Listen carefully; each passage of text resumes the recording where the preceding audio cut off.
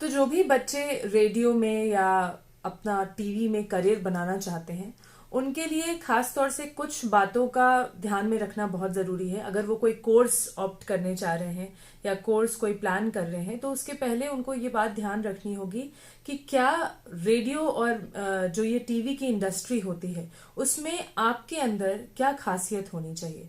तो जैसे सबसे पहले आपके अंदर जो आपकी भाषा की शैली है वो अच्छी होनी चाहिए। आपका हिंदी पे कमांड होना चाहिए। अगर आप हिंदी में मतलब अपना कोई भी कार्यक्रम प्रसारित कराना चाहते हैं या करना चाहते हैं तो उसमें आपकी हिंदी अच्छी होनी चाहिए। वहीं अगर आप अंग्रेजी की ओर बढ़ना चाहते हैं यानी कि आप मान लीजिए इंग्लिश में न्यूज पढ़ना चाहते हैं या आप इंग्लिश में ही कोई शो होस्ट करना चाहते हैं तो आपका अंग्रेजी पे कमांड होना चाहिए। साथ ही साथ आपको जैसे कि आमतौर से लोगों को लगता है कि रेडियो और मीडिया से जुड़े जगत और टेलीविजन पे जो लोग आते हैं उनको पढ़ाई लिखाई बहुत विशेष नहीं करनी पड़ती है। ऐसा बिल्कुल नहीं है।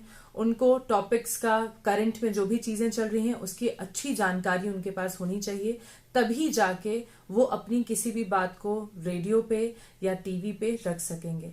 तो आप एक अच्छे स्पीकर होने चाहिए, आपका उच्चारण साफ होना चाहिए और साथ ही में आपको पढ़ने लिखने का शौक होना चाहिए ताकि आप अपनी बातों को अच्छे कंटेंट बनाकर टीवी पे रेडियो पे प्रेजेंट कर सके।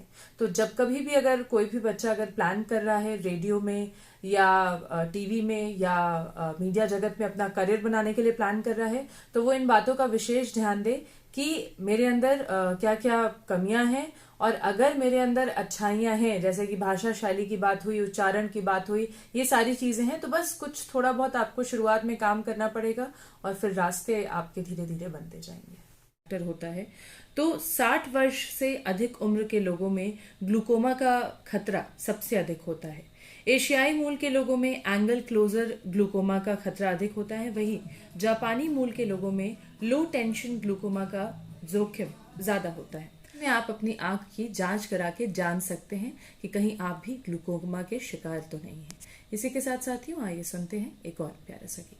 आते हैं उनके लिए खास तौर से कुछ बातों का ध्यान में रखना बहुत जरूरी है। अगर वो कोई कोर्स ऑप्ट करने चाह रहे हैं या कोर्स कोई प्लान कर रहे हैं तो उसके पहले उनको ये बात ध्यान रखनी होगी कि क्या रेडियो और जो ये टीवी की इंडस्ट्री होती है उसमें आपके अंदर क्या खासियत होनी चाहिए।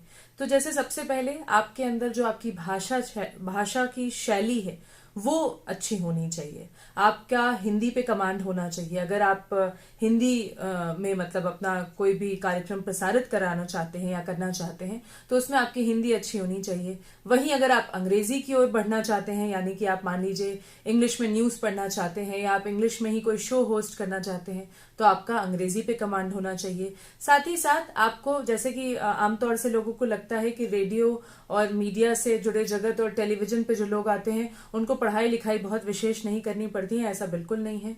उनको टॉपिक्स का करंट में जो भी चीजें चल रही हैं उसकी अच्छी जानकारी उनके पास होनी चाहिए, तभी जाके वो अपनी किसी भी बात को रेडियो पे या टीवी पे रख सकेंगे। तो आप एक अच्छे स्पीकर होने चाहिए, आपका उच्चारण साफ होना चाहिए और साथ ही में आपको पढ़ने लिखने का शौक होना चाहिए ताकि आप अपनी बातों को अच्छे कंटेंट बनाकर टीवी पे रेडियो पे प्रेजेंट कर सके। तो जब कभी भी अगर कोई भी बच्चा अगर प्लान कर रहा है रेडियो में या टीवी में या मीडिया जगत में अपना करियर बनाने के लिए प्लान कर रहा है तो वो इन बातों का विशेष ध्यान दे कि मेरे अंदर क्या क्या कमियां हैं और अगर मेरे अंदर अच्छाइयां हैं जैसे कि भाषा शैली की बात हुई, उच्चारण की बात हुई, ये सारी चीजें हैं तो बस कुछ थोड़ा बहुत आपको शुरुआत में काम करना पड़ेगा और फिर रास्ते आपके धीरे धीरे बनते जाएंगे।